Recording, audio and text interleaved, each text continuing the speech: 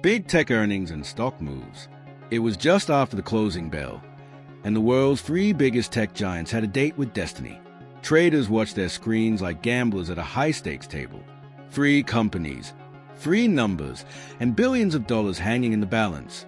Apple, Google, Microsoft. In just minutes, we would know who soared, who stumbled, and who rewrote the rules of the tech finance game. The stock market is a living, breathing thing. It reacts to fear, it reacts to greed, and above all, it reacts to stories. And earnings season, that's when those stories are told in their rawest form. Today's episode isn't just about numbers, it's about power. It's about how three corporations have shaped the way we live, work, and think, and how in a single evening, they can shift the fortunes of investors around the world. Chapter 1. The Apple Surge. First up, Apple. Analysts were braced for $1.42 earnings per share. A modest beat would have been enough to keep Wall Street calm. But Tim Cook and his team weren't here to play small. They delivered $1.56 per share, a full 10% above expectations. Revenue? $119 billion. That's up 7% year over year. But the real shock? It wasn't the iPhone sales. It was the services division, Apple Music, iCloud, Apple TV+, Apple Pay, growing faster than ever before.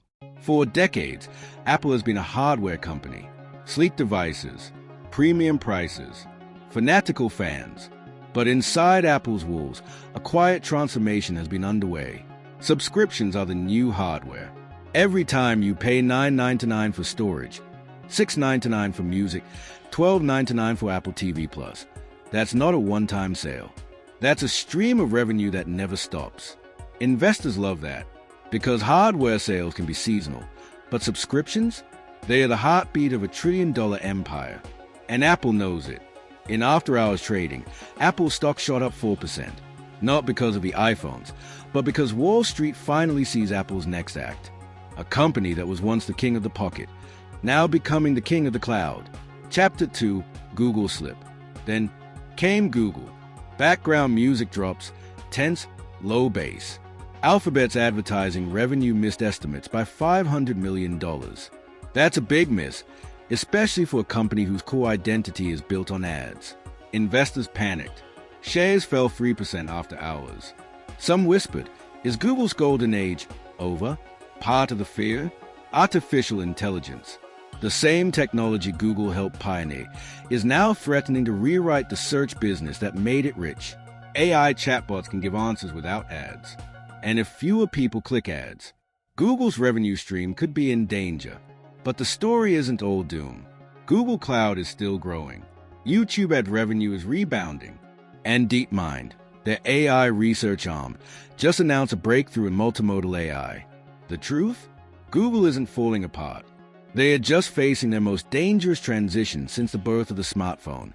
And transitions can make or break even the biggest empires. Chapter 3. Microsoft's ascendancy. And then, Microsoft stepped onto the stage.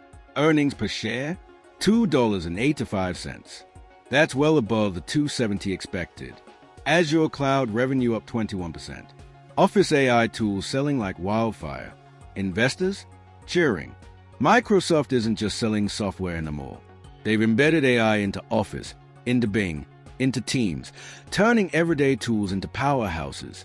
This isn't the Microsoft of Windows XP. This is the Microsoft of AI dominance. The result? Shares up 5%, a new all-time high. And for long-term holders, vindication. Chapter 4, the bigger picture. 3 earnings reports. 3 very different stories. Apple is diversifying. Google is adapting.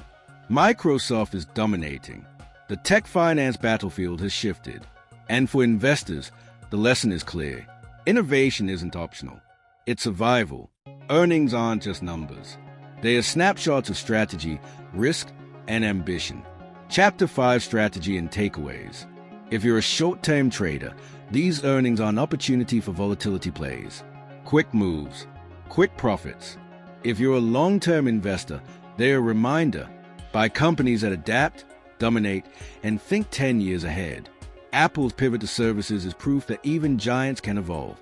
Google's AI gamble is a reminder that disruption can come from anywhere, even from within. And Microsoft's AI-first strategy shows that the future belongs to those who integrate, not hesitate. And so, as the markets close and the numbers settle, one truth remains.